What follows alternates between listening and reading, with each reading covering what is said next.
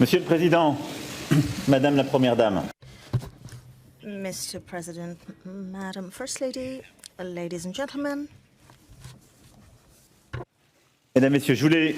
Ladies and gentlemen, following this G7 meeting that we have just held, and we've been discussing for 2 days now, and I'm going to report back to you. But first of all, I'd like to thank President Trump and all the heads of state and government present here for the extremely productive work and the very productive discussions that we've had since Saturday evening together. There was a lot of nervousness at the outset, a lot of expectations, a lot of tensions, and we heard about a lot of conflict. And I can say that what we were really keen on was to convey a positive and joint message following our discussions on several topics. We haven't negotiated a very long text as promised, and you will get just a one-page declaration. Then there'll be a lot of different annexes to it, but it's just one page that covers some of the key items that were addressed. Now, we have decided to hold this joint conference. I'm going to give the floor to President Trump, and of course President Trump and the First Lady will then proceed with their own press conference to the American press, where other discussions will take place. But I just wanted to sum up the different items on which we have agreed and the topics on which we have made headway: biodiversity, digital economy, amongst others. So we wanted to hold this joint conference together because next year it is the United States of America that will host the G7 summit, and we are going to pass the baton on to President Trump. That is why we are here together. And I just wanted to say that for the last 2 days we have worked a lot together on several common points. Well, we have a lot of things in common, but one thing we have in common with President Trump is that we don't like to waste our time, and we like to achieve concrete results and to provide momentum to the work. And as soon as President Trump arrived with the one-to-one lunch that we had together, and I think that those are the most productive and interesting conversations that we've had together. And from that point onward, we set the pace and kept the ball rolling to be as efficient as possible till the very end.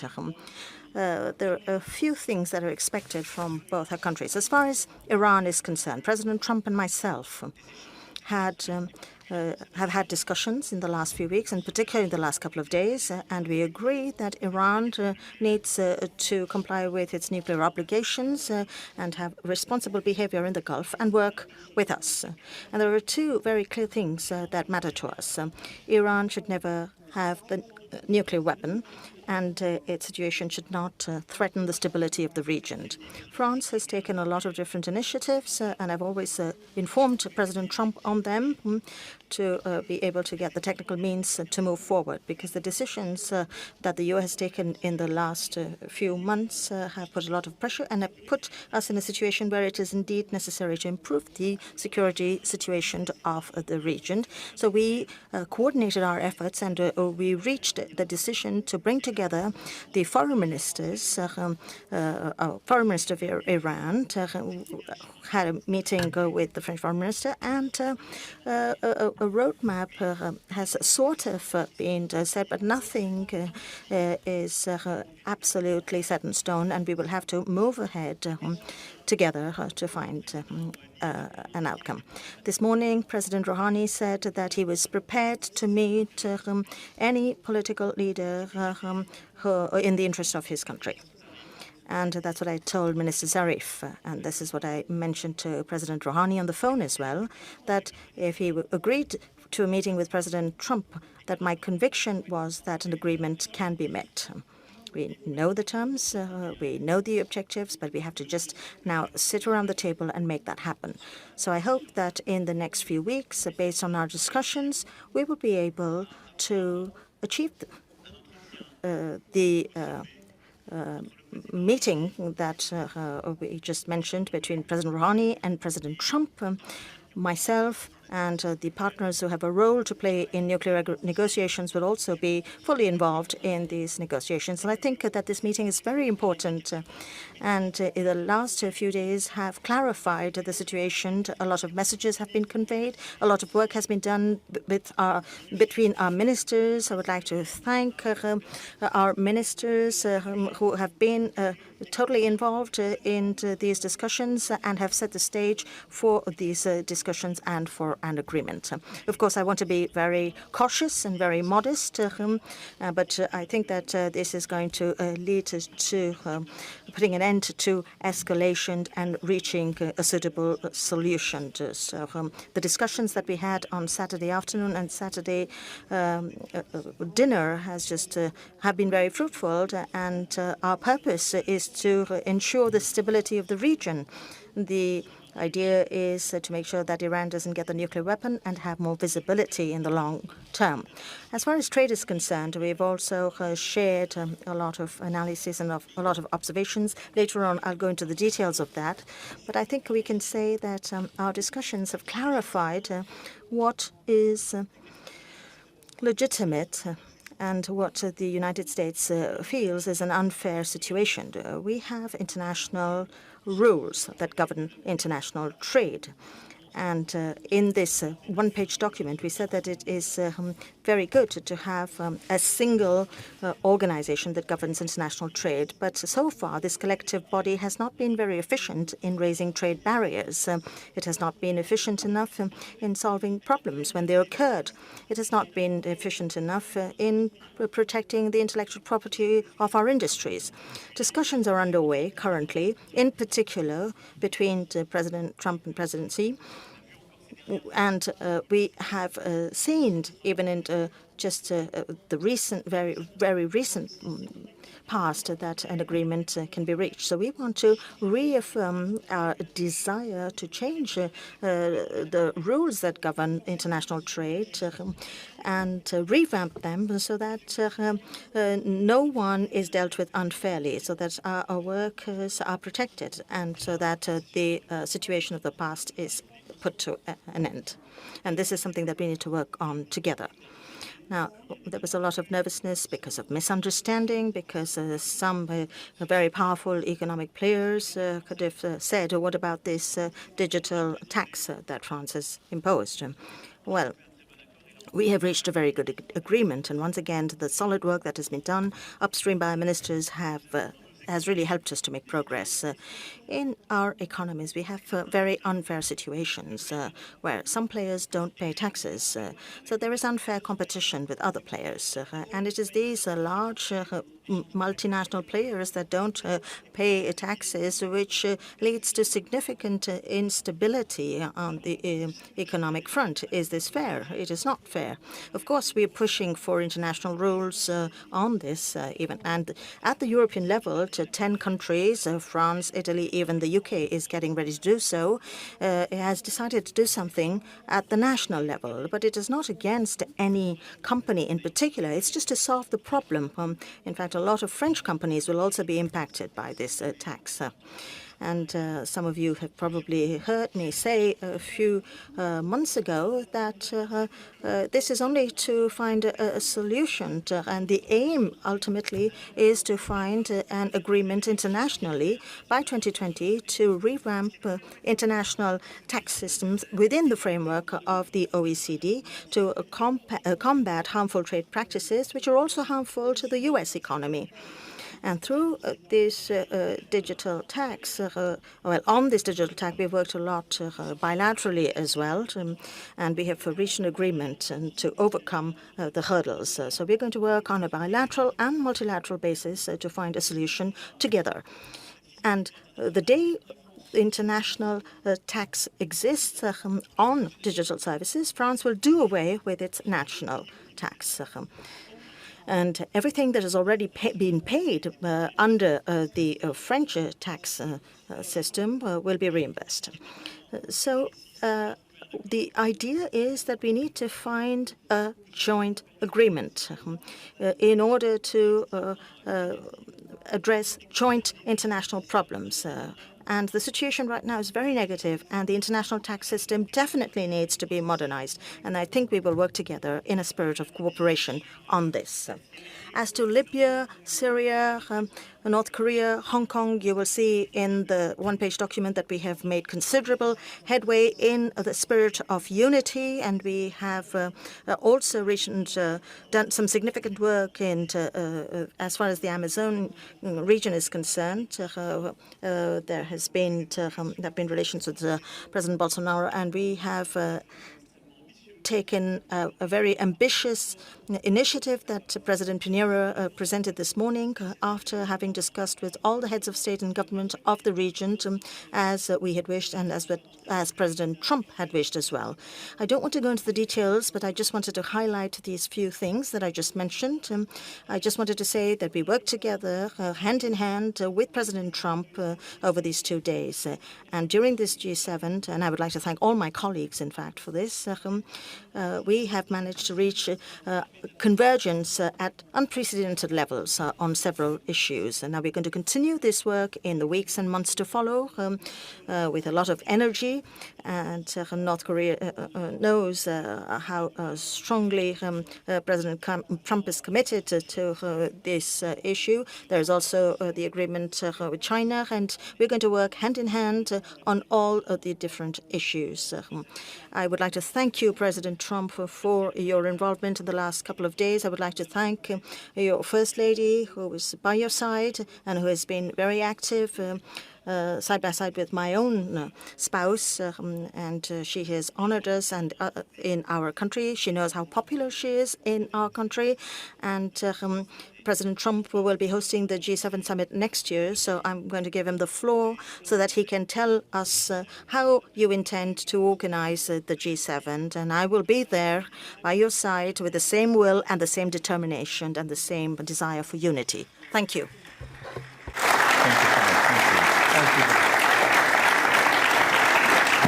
Well, I want to thank you very much, and I think more importantly than anything, I wanted to come up here to say that because the job that President Macron and your wife, by the way, who is a great lady, Bridget, would like to thank Bridget. She has been spectacular, spent a tremendous amount of time with Melania and some of the folks who came in, some of the wives that came in, and they had a great tour of the area, and it's a beautiful area. But I want to thank you very much, Mr. President, for the incredible job you did. This is a truly successful G7. There was tremendous unity. There was great unity. Sometimes I'd read a little bit of false reporting, and I will tell you there was, in fact, we would have stayed for another hour.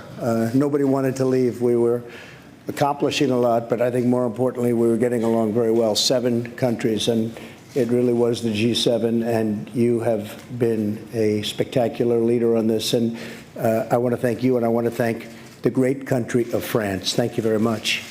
Thank you. Thank you for the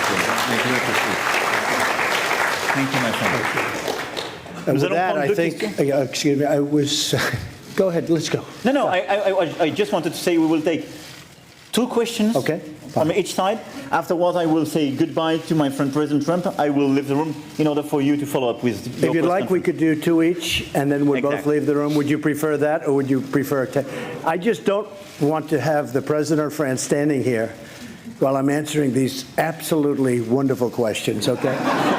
So why don't we start with a question for France? These 4 questions are about G7, US-Franco relations.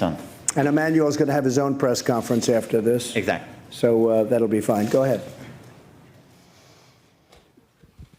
To France, John. To France. Thank you, Margot. Of course, they are the host country. They should go first. Monsieur le Président Macron, China was not on the official agenda, but it was certainly a big part of the discussions here at the G7. Are you concerned that the trade war that exists now between the United States and China could harm the global economy? If you are, did you talk to President Trump about that? And are you also at the same time concerned that if China's current trade practices go unchecked, that a decade from now we could be in a very terrible situation? Sur ce sujet, nous en avons évidemment. On this subject, we obviously had lengthy discussions during the session on the world economy yesterday morning on both subjects. The discussions underway between China and the United States of America obviously, as we clearly see, create uncertainty, which disturb markets and investors, and during the negotiations will create tensions, which is the case of any discussion. We saw this on different stock markets with which we're familiar. Now the question is to know what the result of these discussions will be, and that's why we considered that it was so important an agreement be found between the two greatest economic powers in the world. President Trump clearly showed us his willingness to arrive at an agreement. We saw just a few hours ago the very positive and encouraging message that could be distilled from this. We see that things are moving. Our deep wish is for an agreement to be found between the United States and China concerning trade, because I think that would be something positive for everyone. Neither the United States nor China is economically or industrially naive. It has to be a balanced agreement that will be good for everyone. And we will be vigilant to see that it's good for the whole world. In that context, our different parameters will be taken on board, and that was one of the subjects of our discussion. What's bad for the world economy is uncertainty, and the quicker an agreement is arrived at, the quicker that uncertainty will dissipate. That's what we discussed yesterday, and that's the American president's wish. In terms of trade practices, I said this earlier. For me, the most effective way forward and the most strategic way forward in settling our trade relations with China is to develop trade, but also to ensure that that trade is part of international trade rules. The problems we sometimes had, we're very familiar with this with the Chinese economy. It's a major economy where there's been lots of investment from the United States, European countries, Canada, and Japan. The problem is respecting intellectual property, dealing with excess capacity, which sometimes unbalances some world markets, and the ability to deal rapidly with conflicts we may have and with unfair situations. Now, we are obliged to see that when this type of trade happens outside of WTO rules, things don't work very well and we're not properly protected. And when you follow WTO rules, the WTO rules as they presently exist haven't allowed us to be protected on these subjects. So what we decided together yesterday morning was to accelerate with a very realistic agenda and to say we're going to change the rules of world trade so that everyone can have free and fair trade, balanced trade, and that the subjects which I've just mentioned, which have sometimes been bad for our economies, can be settled in an international framework which we wish profoundly to change. And we and our different ministers in the different contexts that we're putting forward are going to share these political goals. And to my way of thinking, the way to deal with the practices you have mentioned, certainly the positive agreements that will be arrived at, and also the renewal of our international trade rules, as we said yesterday morning. Trump, are you satisfied with how far the proposed WTO reforms will go? Because No, I'm not. You've spoken about the need for that. And second to that, We're getting there, John. Just to answer that, we're second to getting that, there. do you believe that China is sincere about what it said this morning? Yes. Or do you think that they are just trying to calm the markets and play for time? Because our sister network, the Fox Business Network, has been told by Chinese sources that they have no plans on going back to where they were in terms of the negotiations this spring on intellectual property, forced technology transfer, ownership. So We'll see, John. Do you trust that they are sincere about I do. this? I think they want to make a deal very badly. I think that was elevated last night, very late in the night. I see an alert, or as you would call it, breaking news. And it was that the vice chairman, we're not talking about somebody from China at a low level, the vice chairman of China came out that he wants to see a deal made. He wants it to be made under calm conditions, using the word calm. I agree with him on that. And China has taken a very hard hit over the last number of months. They've lost 3 million jobs. It'll soon be much more than 3 million jobs. Their chain is breaking. The chain is breaking up like nobody's seen before. And once that happens, it's very hard to put it back together. You understand? I think they very much want to make a deal. And the longer they wait, the harder it is to put it back, if it can be put back at all. So I believe they want to do a deal. The tariffs have hit them very hard. In a fairly short period of time, the United States will have collected over $100 billion in tariffs. And I say it again, the media fail to acknowledge it. But if you look at the goods coming in from China, we're talking about China, not other countries. If you look at the goods, they have a power that others don't have. But that power is only good for so long. They've manipulated their currency, they've devalued their currency, and they put a lot of cash into the system. And because of that, the prices have not gone up, or if they've gone up, it's been very little, because they want to keep people working. If the prices go up, they're not going to be able to keep people working. They're not going to be able to compete. It's a brilliant market. It's a brilliant, brilliant market, the world market. A lot of markets are brilliant. And frankly, I think that China cannot, I don't know, maybe they can, maybe they can't. I don't think they can do that. And I think they're very smart. And I think President Xi is a great leader who happens to be a brilliant man. And he can't lose 3 million jobs in a very short period of time. And that's going to be magnified many times over. And it's going to break down the Chinese system of trade. And he can't do that. So when you say, do you think they want to? Maybe they want to and maybe they don't. But I think they want to make a deal. I'm not sure they have a choice. And I don't say that as a threat. I don't think they have a choice. In the meantime, the United States, which has never collected 10 cents from China, will, in a fairly short period of time, be over $100 billion in tariffs. So I think they want to make a deal very badly. Okay. Go ahead. Deuxième question. Second question. Messieurs les présidents, Mathieu Coach, BFM. Mr. President, you've just declared that you've created the conditions for a meeting between President Trump and President Rouhani. Does that mean that France, for instance, might be a mediator in that meeting? And more concretely, what did you discuss in terms of that possible agreement with Iran? And then a question for Mr. Trump. Are you ready to lift or to soften American sanctions on Iranian oil exports? And would you be ready to meet President Rouhani? Thank you. Sur la première question. On the first question, the terms of the discussion are quite simple. An agreement was signed in 2015. On July 14th, we call it the JCPOA. And that agreement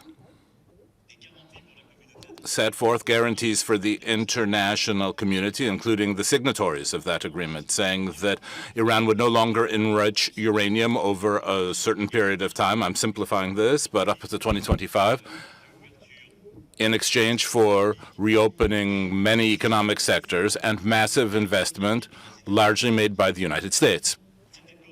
That agreement had a twofold advantage: stability and security, and also reopening, economically speaking, which was good for Iran. This agreement also had drawbacks and shortcomings. French negotiators in 2015 were the most determined, and France was the country that hesitated most to sign this agreement because we considered we needed as many guarantees as possible. President Trump, during his campaign, made a commitment to those who voted for him to be more demanding and tougher because he considered that this agreement was insufficient, which caused him to leave it. Today, because of the sanctions made by President Trump, the Iranian economy is having serious consequences and a serious slowdown. And that situation very clearly is the aspect, we might say the positive side of things, from one standpoint, is creating pressure and therefore the necessary conditions to improve the terms of an agreement.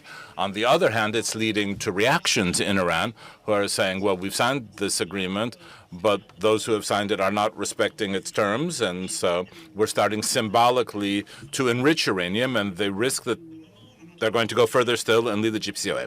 So given the two goals that we have, Where are we going with this? We need to be sure that Iran will never get a nuclear weapon and that there will be no flare-ups in the region. And so what we discussed very concretely was to see how we could improve very considerably, or really, in fact, build a new nuclear agreement with Iran.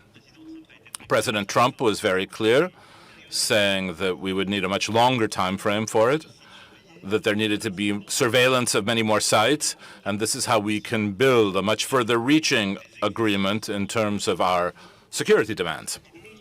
And on the other hand, we need to convince the Iranians to go in that direction, and we can do that if we give them economic compensation of some form. If we make some movement in terms of lines of credit or reopening certain economic sectors. I can't tell you today publicly more about this because anything I will tell you in detail will jeopardize the conversations we're going to have. But this is basically what we're discussing. On the basis of our initiative, there's also a Japanese initiative. I'm talking in total transparency with the president, but we agreed on a strategic goal, and I want us to go further in this framework and to make proposals. At a given point in time, there will have to be a meeting between the American and the Iranian presidents, and I would wish that in coming weeks, such a meeting take place. France will play a role together with the other signatories who are our partners in the GPCOA. But after that, we'll need to create the necessary conditions because we'll have the necessary visibility for this agreement to be signed and sealed and for this meeting between the two presidents to take place. So I would rather talk about concerted initiatives and exchanges rather than mediation, because at the end of the day, we have constant exchanges with President Trump. I share his goals. Sometimes we say we don't agree on methods, but I want to get there. I want to have an agreement. And I think there's been a true change. This morning, President Rouhani showed himself to be open to this meeting happening. And President Trump has been saying for weeks that he's being demanding, he's being tough, he's put forward sanctions, but I'm ready to have a meeting to make a deal. And I think that we're making progress. I want this meeting to happen, and I want there to be an agreement between the United States and Iran. And France will play the role it is meant to play together with the United Kingdom, with Germany, and all of the other signatory powers and the permanent members of the Security Council. Iran is a country that is not the same country that it was 2.5 years ago when I came into office. Iran was the #1 state of terror throughout the world. There were 18 sites of confliction in my first week when I spoke with the folks at the Pentagon, including lots of generals and lots of other military experts. 18 sites of confliction, meaning 18 sites of big problems. Every one of them was backed by Iran, or in some cases actually using Iranian soldiers, but at a minimum Iranian wealth.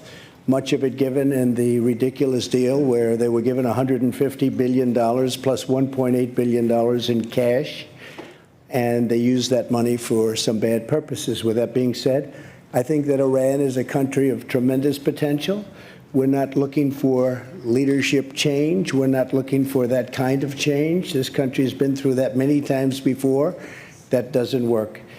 We're looking for no nuclear weapons, no ballistic missiles, and a longer period of time. Very simple.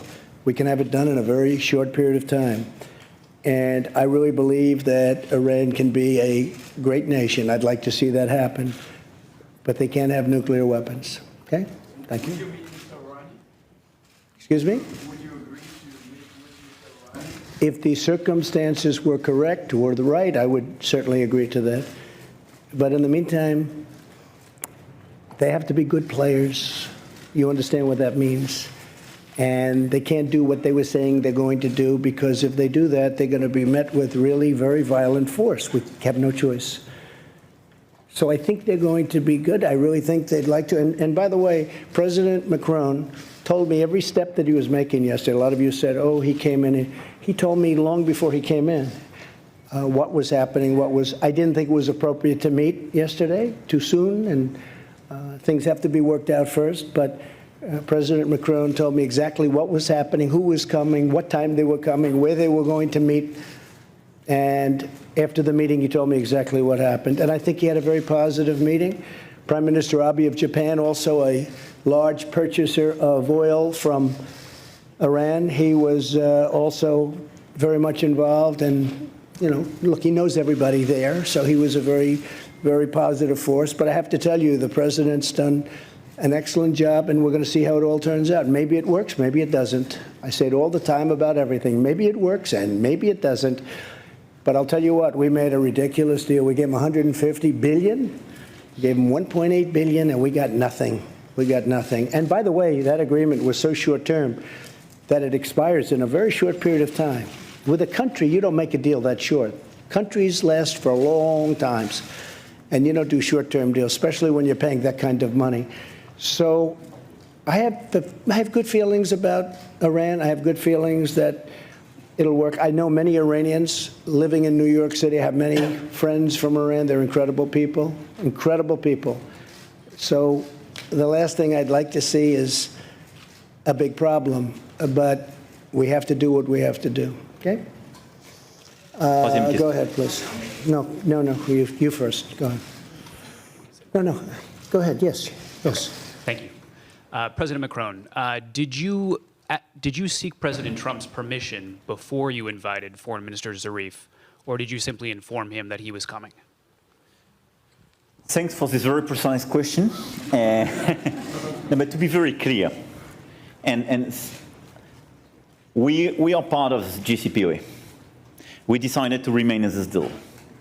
So we are very much interested by the situation as a sovereign country. That's why we want the different parties to move. On the other side, as President Trump made it very clear over the summer, we never spoke on behalf of other countries.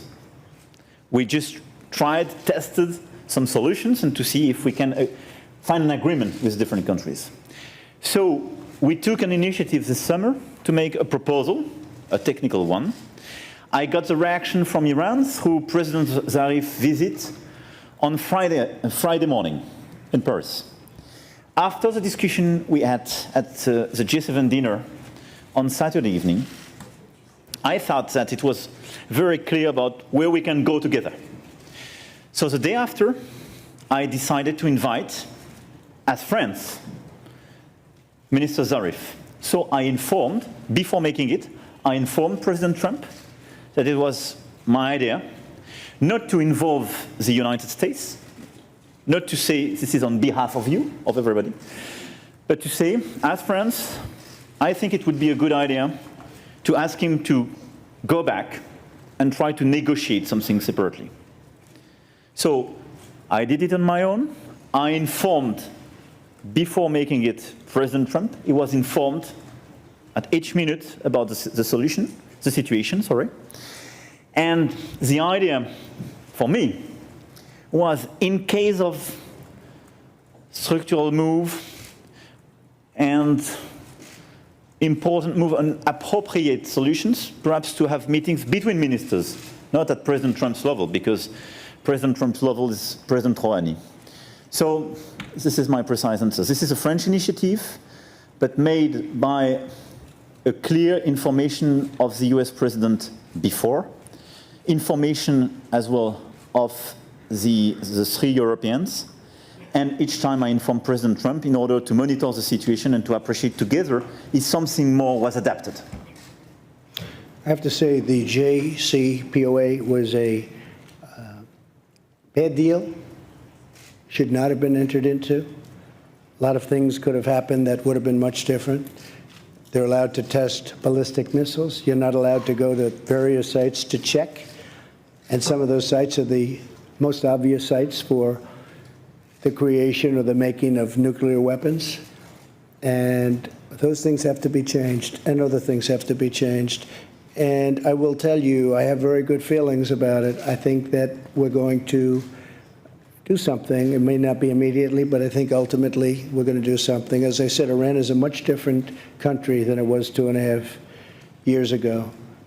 And we can get that back, and I'd encourage it. I actually had friends years ago, many years ago, they were in the real estate business, and they were in Iran, and they were building houses and building housing and building office buildings and apartment houses, and they did very well. They made a lot of money, and to this day, They're not exactly the youngest developers anymore, but I tell you, they were young when they went over there. They made a lot of money, and they loved the people, and they loved what was going on.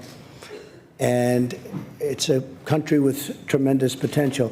I also say that, by the way, with respect to North Korea.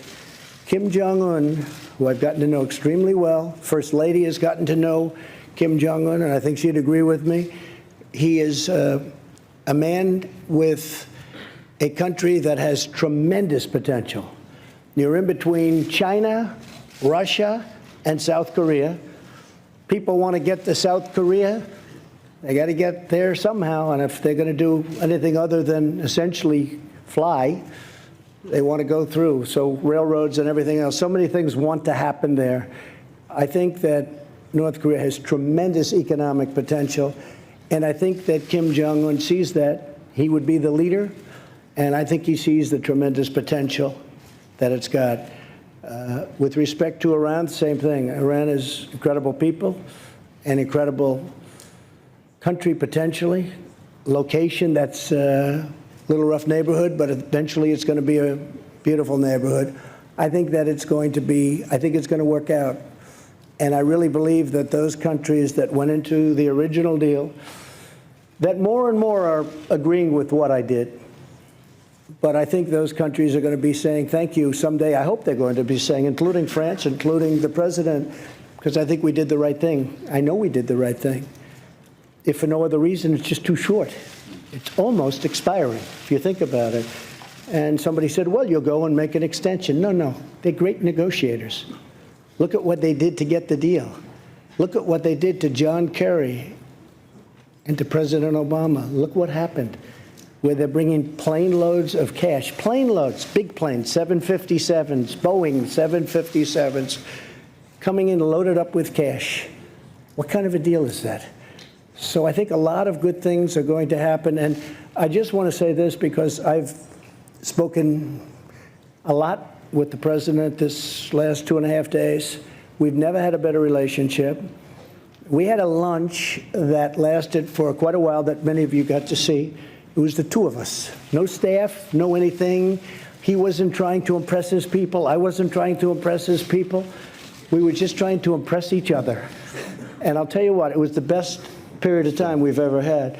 And we accomplished a lot. I don't mean just, gee whiz, wasn't that nice? He's a very capable man. He's doing a great job for France. He did an incredible job for the G7, and I just want to thank you. And you go ahead to your news conference, and very special. This was a very special, very unified 2.5 days, and I want to thank you for it. Thank you. Thank you. Thank you.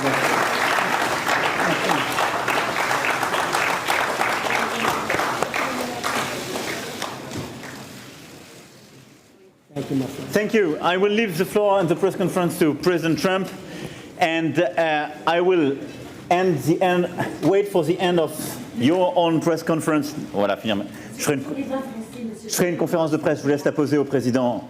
Allez-y. Well, I don't want to give anything away, but we saw your wife, the First Lady, drink a glass of French wine yesterday. So can you perhaps give up on your threat to put sanctions on French wine? Because if we've understood correctly, you have arrived at an agreement on taxing digital firms. Could you confirm that there has been an agreement between you and France on taxing digital firms? Confirm that the First Lady loved your French wine, okay? All right? She loved your French wine. So thank you very much. That's fine. Thank you. Thank you. Merci à vous. I will wait for the end of this press conference to have the press conference of the presidency. I will leave the floor to you. Thank you. Thank you. Good job. This is worse than you are.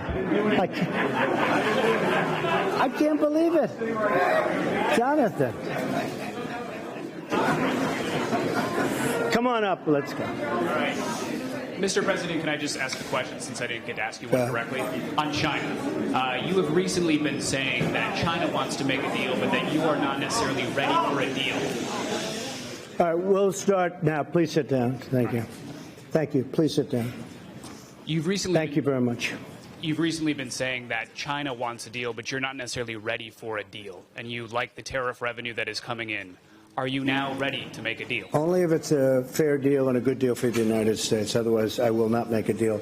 We have billions and billions coming in, and I think we're going to get there. I do. I believe it more strongly now than I would have believed it a while ago. We're going to get there, and we're going to have a really, we're going to have a fair deal. But remember this, when you say fair, China's been taking out of this country $500+ billion a year for many, many years. Many, many years. It was time to stop. As a private person, I used to talk about it. It's one of the reasons I'm president. And we're in a great position. Our country's doing well. Our unemployment numbers are the lowest they've been in over 50 years. Our unemployment numbers for African American, Asian, for Hispanic are the best they've ever been. Historic numbers. We're in a very strong position. Our consumers are strong. Walmart just announced numbers that were, I mean, mind-boggling numbers. It's a great poll right there. That's the ultimate poll. How are the retailers doing, and how are certain companies doing? So we're doing very well, and I think that we're going to make a deal with China, and I think eventually we're going to make a deal with Iran too. But why are you optimistic they'll change their behavior? It's not a question of behavior. I think they want to make a deal, and I think they should make a deal, and I think if they don't make a deal, it's going to be very bad for China. And I very much appreciate the fact that they came out last night, very late last night, and they said, you know, they want to make a deal. They want it to be under calm circumstances. It was a little different kind of a statement. I thought it was a beautiful statement. I thought it indicated a lot. Go ahead. Here we go. I actually have a question for you on next year's G7 summit, but can I just clarify something you said? You mentioned earlier today. One question. Go ahead. Well, let me do the clarification and then I'll get to the question. No. You talked about One calls question. with China and a breaking news alert. I'm trying to understand what specifically you heard from China. And on next year's G7, you alluded today, dropped several hints about Miami, about Doral, and hosting next year's G7 at your property. What reassurances, if any, can you give the American people that you are not looking to profit off the presidency? Well, I'll tell you what, I've spent, and I think I will, in a combination of loss and opportunity. Probably it'll cost me anywhere from $3 to $5 billion to be president. And the only thing I care about is this country. Couldn't care less, otherwise I wouldn't have done it. People have asked me, what do you think it costs? And between opportunity, not doing things, I used to get a lot of money to make speeches. Now I give speeches all the time. You know what I get? Zippo, and that's good. And I did a lot of great jobs and great deals that I don't do anymore, and I don't want to do them because the deals I'm making are great deals for the country, and that's to me much more important. Doral happens to be within Miami. It's a city. It's a wonderful place. It's a very, very successful area of Florida. It's very importantly only 5 minutes from the airport. The airport's right next door. It's a big international airport, one of the biggest in the world. Everybody that's coming, all of these people with all of their big entourages come. It's set up so, and by the way, my people looked at 12 sites, all good, but some were 2 hours from an airport, some were 4 hours from, I mean, they were so far away. Some didn't allow this or they didn't allow that. With Doral, we have a series of magnificent buildings. We call them bungalows. They each hold from 50 to 70 very luxurious rooms with magnificent views. We have incredible conference rooms, incredible restaurants. It's like such a natural. We wouldn't even have to do the work that they did here, and they've done a beautiful job. They've really done a beautiful job. And what we have also is Miami. And we have many hundreds of acres, so that in terms of parking, in terms of all of the things that you need, the ballrooms are among the biggest in Florida and the best. It's brand new, and they want that. My people wanted it. From my standpoint, I'm not going to make any money. In my opinion, I'm not going to make any money.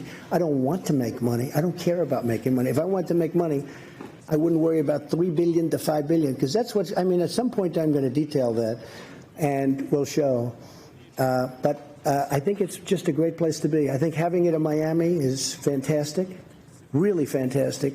Having it at that particular place because of the way it's set up. Each country can have their own villa or their own bungalow. And the bungalows, when I say, they have a lot of units in them. So I think it just works out well.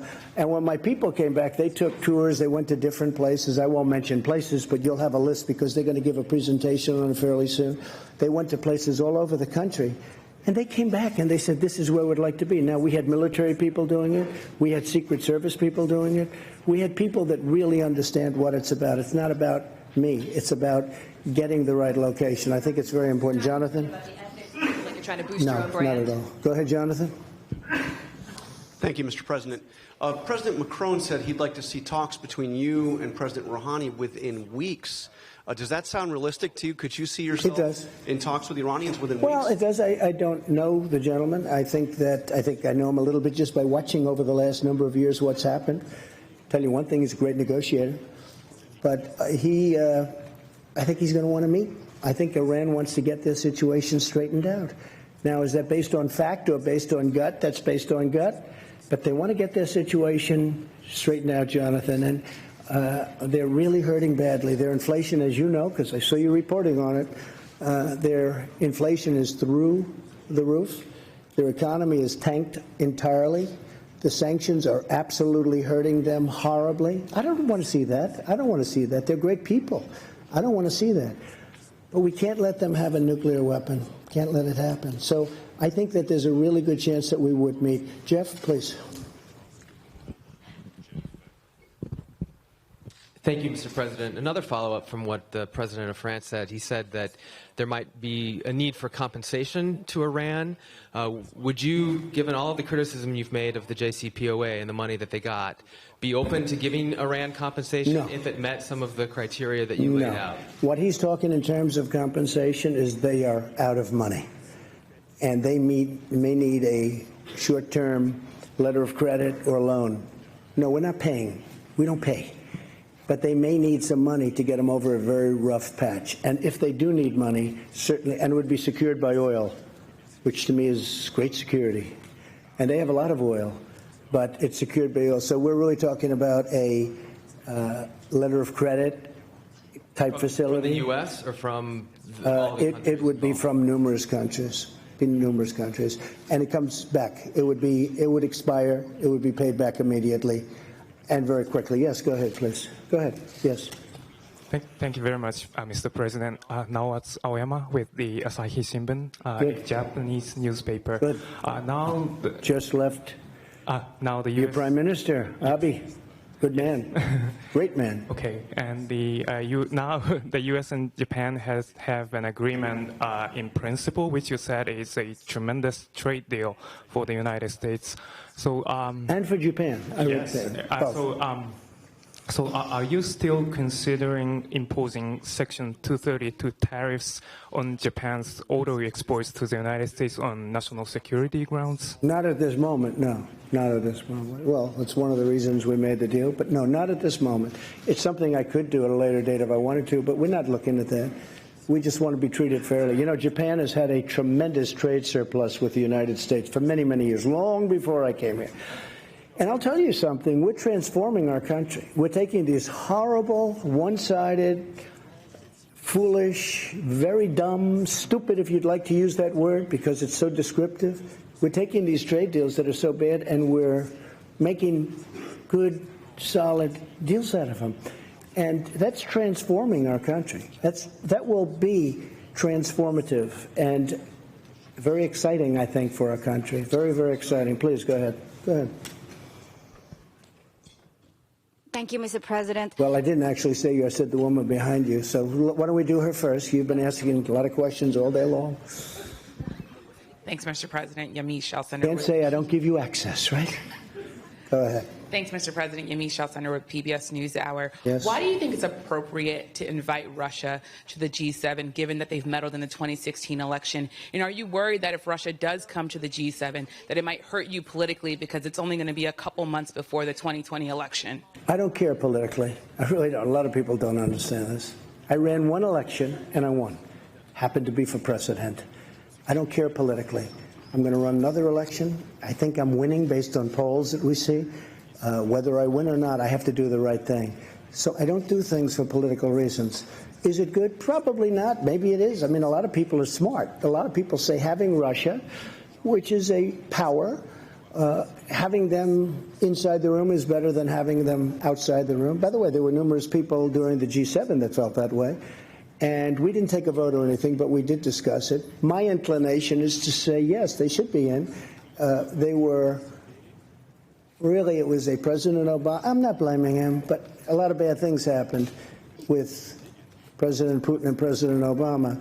One of the things that happened was, as you know, what happened with a very big area, a very, very big and important area in the Middle East where the red line was drawn, and then President Obama decided that he was not going to do anything about it. You can't draw red lines in the sand. You just can't do it. And the other was in Ukraine, having to do with a certain section of Ukraine that you know very well, where it was sort of taken away from President Obama. Not taken away from President Trump, taken away from President Obama. President Obama was not happy that this happened because it was embarrassing to him, right? It was very embarrassing to him. And he wanted Russia to be out of what was called the G8. And that was his determination. He was outsmarted by Putin. He was outsmarted. President Putin outsmarted President Obama. Wait a minute. And I can understand how President Obama would feel. He wasn't happy, and they're not in for that reason. Now, I'm only thinking about the world, and I'm thinking about this country in terms of the G7, whether it's G7, G8. I think it would be better to have Russia inside the tent than outside the tent.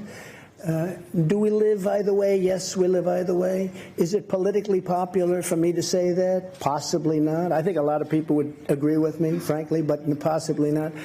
I do nothing for politics. I know a lot of you aren't going to, you're going to smile at that. I do nothing for politics. I do what's right. And people like what I do. But I just do what's right. If I wanted to go strictly by politics, I'd probably poll that, and possibly I'd say, oh, gee, I don't want Russia in. But I really think it's good for security of the world. It's good for the economics of the world. Remember, they're building a big pipeline in Europe, going right up to Germany. And I said to Angela, who I had a great relationship, but I said, you know, you pay Russia billions of dollars, and then we defend you from Russia. And I say, how does that work? Misleading statement that Russia outsmarted President Obama. Well, he did. Other countries have said that the reason why Russia was kicked out was very clearly because they annexed Crimea. Why keep repeating what some people would see as a clear lie? Well, it was annexed during I know you like President Obama, but it was annexed during President Obama's term. If it was annexed during my term, I'd say, sorry, folks, I made a mistake, or sorry, folks. President Obama was helping Ukraine. Crimea was annexed during his term. Now, it's a very big area, very important area. Russia has its submarine. That's where they do their submarine work, and that's where they dock large and powerful submarines, but not as powerful as ours and not as large as ours. But they have their submarines. And President Obama was pure and simply outsmarted. They took Crimea during his term. That was not a good thing. It could have been stopped. Could have been stopped with the right whatever. It could have been stopped. But President Obama was unable to stop it, and it's too bad. Go ahead.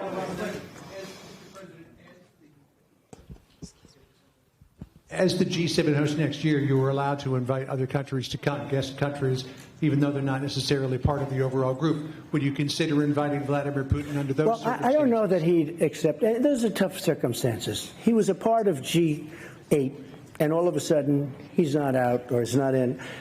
So I think, John, actually, that's a pretty tough thing for him. You know, he's a proud person. Would I invite him? I would certainly invite him. Whether or not he could come psychologically, I think that's a tough thing for him to do. You have a G8, now it's a G7, and you invite the person that was thrown out really by President Obama, and really because he got outsmarted. President Obama, pure and simple. And don't forget, it was not just Crimea. It was the red line in the sand. And Obama said, never violate the red line in the sand. And then they went ahead and they killed many children with gas. It was terrible. And he did nothing about it. I did, but I was there years later. I did something about it, but I was there late. Go ahead. Thank you, sir. Can you help us understand the timeline on the China calls? Were you referring to the statement by the vice. Well, we've had many calls. Secretary Mnuchin is here, and you've had many calls over the last 24 hours, but certainly over the last 48 hours. We've had many calls, not just one. This isn't one. And these are high-level calls. They want to make a deal. And by the way, I think a deal is going to be made, but they want to make a deal. So the Chinese are saying that there weren't any The particular Chinese are not saying that. Excuse me, let me explain something. The vice chairman of China, do you get higher than that other than President Xi? The vice president, the vice chairman, it's like the vice president, the vice chairman made the statement that he wants to make a deal, that he wants to see a calm atmosphere. He wants it all to happen. That says it there. I don't have to talk about, you folks were reporting before, well, we can't find any phone call. He released a statement. I didn't release it. He released a statement. But there were phone calls, sir, Mr. President. There were phone calls. Numerous calls.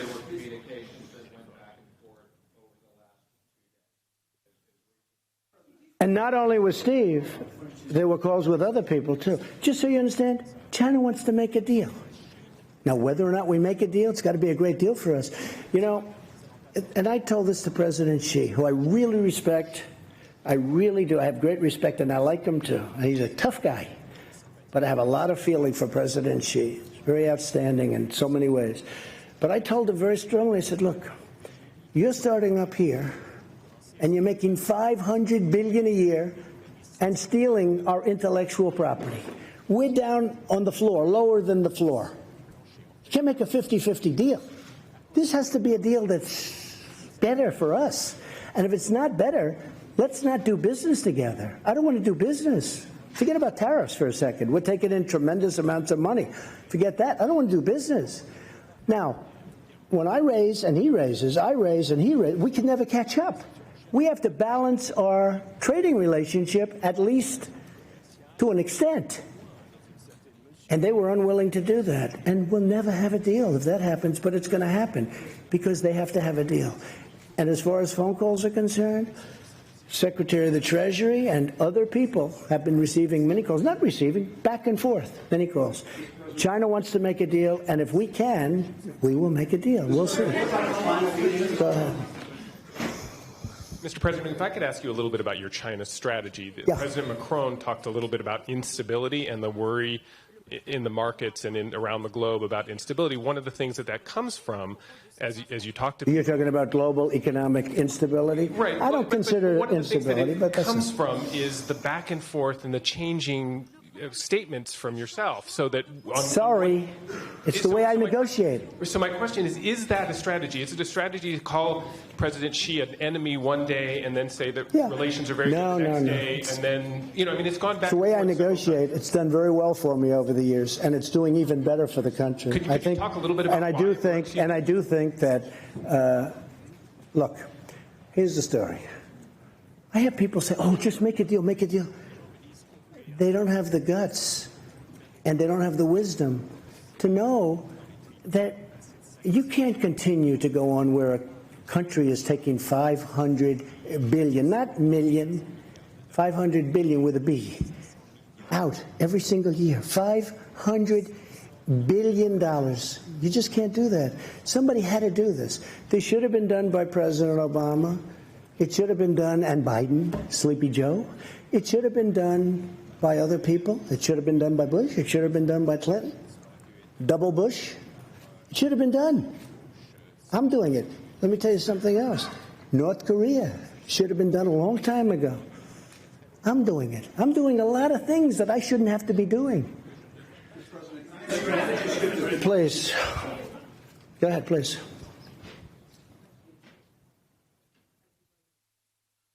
Beth Rigby, Sky News. President Trump, you've met our new Prime Minister Boris Johnson yesterday. Yes. You said he was the right man for the job on Brexit. I believe that. Do you think Theresa May was the wrong woman? And do you think that Boris Johnson can actually get a deal with the EU before October the 31st? Well, Theresa was unable to do the deal. I gave her my ideas as to doing the deal very early on, and you possibly know what they are, but I would have done that. She chose to do it her way, and that didn't work out so well. I think she's a very, very good person and a good woman, and I really believe that Boris Johnson will be a great prime minister. You know, we like each other, and we had a great 2.5 days. I've been waiting for him to be prime minister for about 6 years. I told him, what took you so long? I think he's going to be a great prime minister, and especially after spending a lot of intense time with him over the last couple of days. He's really he's very smart, he's very strong, and he's very enthusiastic. And you know what else? He loves your country. He really loves your country. That came out maybe more than anything else. Yeah, please. Vicky Young, BBC News. President Trump, Boris Johnson is very keen on a trade deal with the USA. You sound keen on it too. Some of his critics, though, are worried that you're going to do over the UK. No. I love the UK. I own great property in the UK. I love the UK. I have no idea how my property is doing because I don't care. But I own Turnberry, and I own in Aberdeen, and I own in Ireland, as you know, Doonbeg, and great stuff. And I'll be honest with you, I think he's going to just do a great job as prime minister. You know, it takes a lot. It's so many different elements to being a great prime minister. And you needed him. I just think his time is right. This is the right time for Boris. This is the right time for Boris. Yeah, please, go ahead. Go ahead, right here. Say who you're with, please. Robert Peston from ITV in the UK as well. You've obviously had a good few days with President Macron, who you appear to be doing business with, to use your favourite expression. After Brexit, who do you think will be your more important relationship? President Macron, France and the EU, or Boris Johnson, Prime Minister of the United Kingdom? I think we're going to have just, look, France is a great nation. It's being run. A lot of things are happening. You know, it's not easy what he's doing. He's changing certain ways. It's a very hard thing to do. I won't get into it. I'm going to let him sell his ideas, but a lot of people don't disagree with his ideas. But it's a very hard thing to do. If you're a great citizen of France, you love your country, but you want to do the way you've been doing it for a long time. But maybe that's not working, and maybe they have to do what he has to do. I think he's going to do a fantastic job, but it's very tough for him. I know how tough it is for him. He's been having a hard time, and nobody would have an easy time. But I do believe he's doing the right thing. Boris is different. It's a different kind of a deal. Boris has to try and do something with Brexit. It's very tough. I deal with the EU. The EU that's a very, very strong group of people. They have their ideas, and they're not easy to deal with, I will tell you. We're very close to making a deal, by the way, with the EU. I have to say this. We made a great deal with Japan, and we're very close to maybe making a deal with the EU because they don't want tariffs. It's very simple. They don't want to tax cars. Mercedes-Benz, BMW, they don't need a 20% or a 25% tax.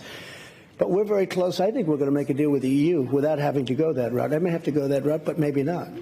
We're going to have a deal, a really fair deal, but the EU is another one. We've been losing $180 billion a year for many years. That's a lot of money. How much can you take out of the piggy bank, right? But which alliance will be more important, with the EU or with Britain? Both. I don't want to say which. Look, I think we have been with, I guess it would start off by saying England, right? You know, I asked Boris, where's England? What's happening with England? They don't use it too much anymore. We talked about it. It was very interesting. But the United Kingdom is a great, incredible place. It's an incredible nation. And it's, you know, been one of our tremendous allies. And another one happens to be Australia. He was here also, Scott. He is fantastic. In fact, we're honoring him in Australia at the White House in a very short period of time. But I think that, excuse me? Will you visit Australia? At some point I will, yeah. At some point I will. Also Germany. Angela asked me to visit Germany. We're going to be doing that too. So I just think they're very different. And they're going to be going at it for a little while, but ultimately probably it works out. They may have to get out. They may not make a deal. The European Union is very tough to make deals with. Very, very tough. Just ask Theresa May. Thank you, Mr. President. Ziegler with the Associated Press. I was hoping you could clarify. Last year, you left this summit in Canada, feuding with the summit host. This year, things seem to be a little bit different. You're talking about unity, had a hug with President Macron on the stage. What is different? And also, as President Macron said, he's passing you the baton now of leading this multilateral institution. You ran on the platform of America First. What is your now that you have a mandate for the international community, what are you going to do with it? Well, we actually had a very good meeting. I had it out with one or two people where we disagreed in terms of concept, but we actually had a pretty good meeting last year.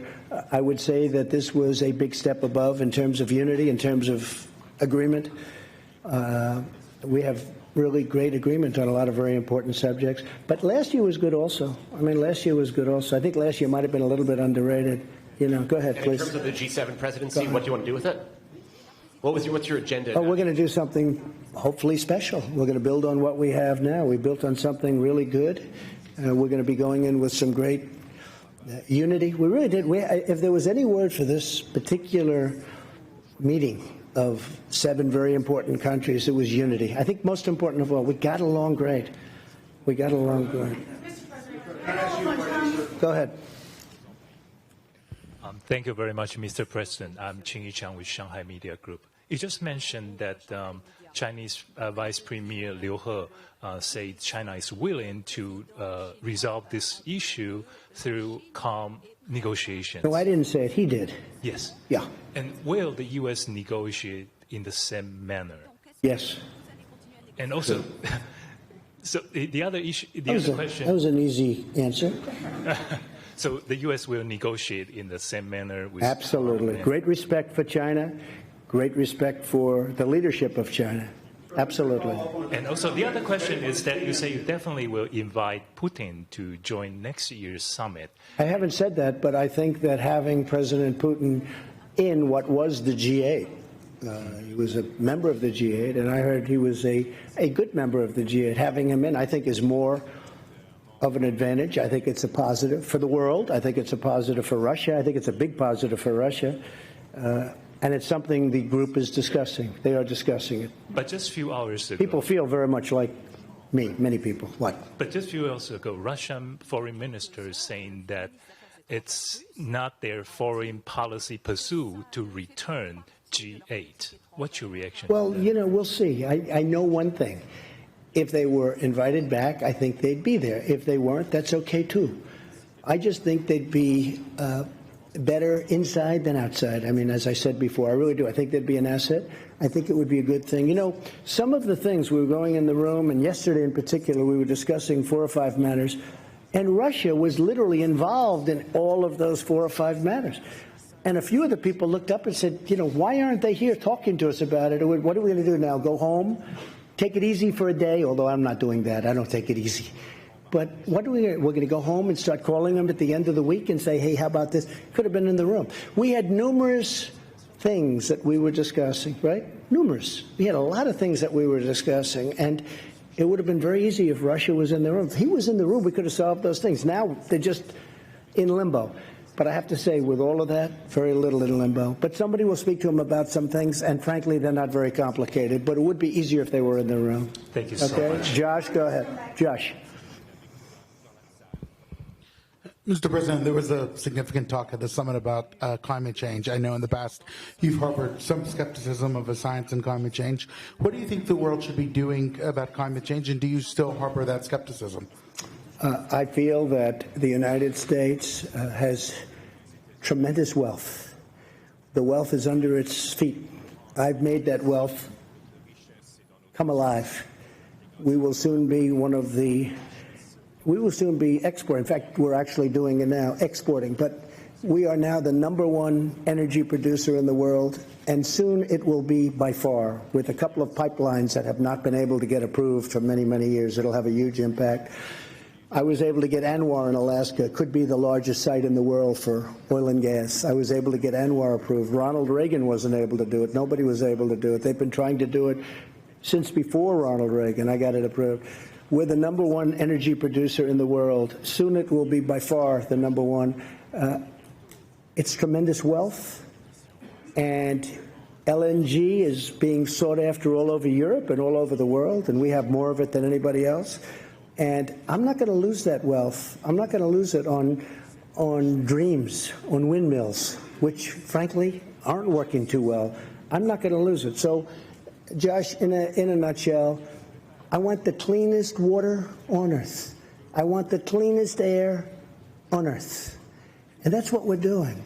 And I'm an environmentalist. A lot of people don't understand that. I have done more environmental impact statements probably than anybody that's, I guess I can say definitely, because I've done many, many, many of them, more than anybody that's ever been president or vice president or anything even close to president. And I think I know more about the environment than most people. I want clean air, I want clean water, I want a wealthy country, I want a spectacular country with jobs, with pensions, with so many things, and that's what we're getting. So I want to be very careful. At the same time, you weren't called. At the same time, it's very important to me, we have to maintain this incredible place that we've all built. We've become a much richer country, and that's a good thing, not a bad thing, because that great wealth allows us to take care of people. We can take care of people that we couldn't have taken care of in the past because of the great wealth. We can't let that wealth be taken away. Clean air, clean water. Thank you very much, everybody. I appreciate it. Thank you.